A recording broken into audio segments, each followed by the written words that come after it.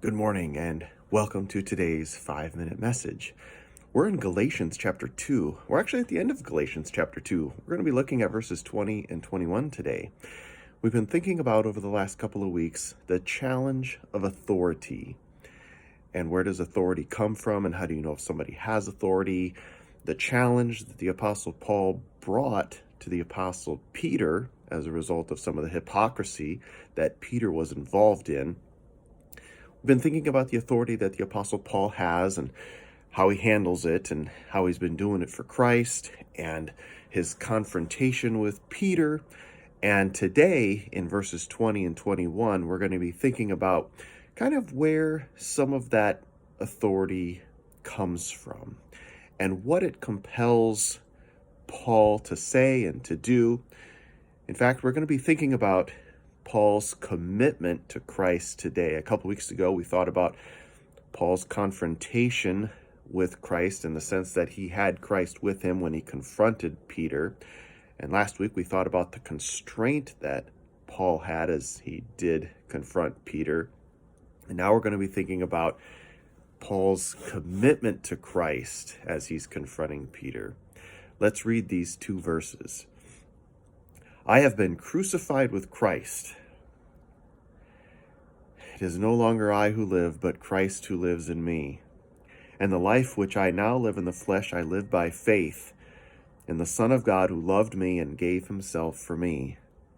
I do not set aside the grace of God, for if righteousness comes through the law, then Christ died in vain. These are two of my most favorite verses in the whole of the Bible. I trust that you really love them too. They speak to my soul, they speak to my heart, they speak to life and living, motivation for living. Oh man, these are just two really, really good verses. And this shows us Paul's commitment to Christ. He says this, I have been crucified with Christ. Boy, he just wants to live as a life that's just so influenced and compelled by Christ and what Christ has done for us.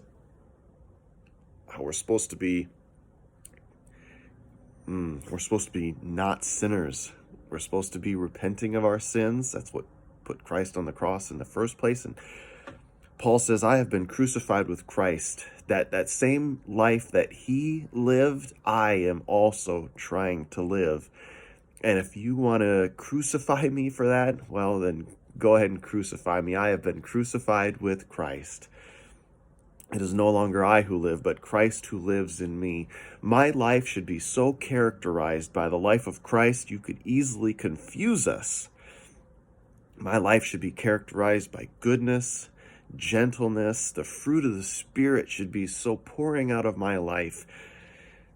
Because, as we go through this life, some people see us, and we may be the only Jesus that these people see.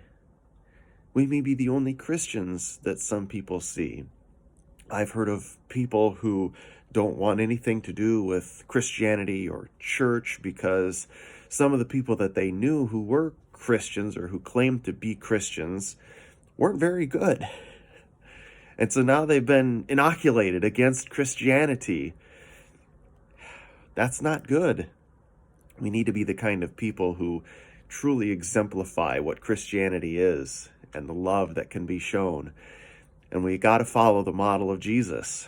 Our commitment to Christ has to be so high that people could confuse us with him. It is no longer I who live, but Christ who lives in me.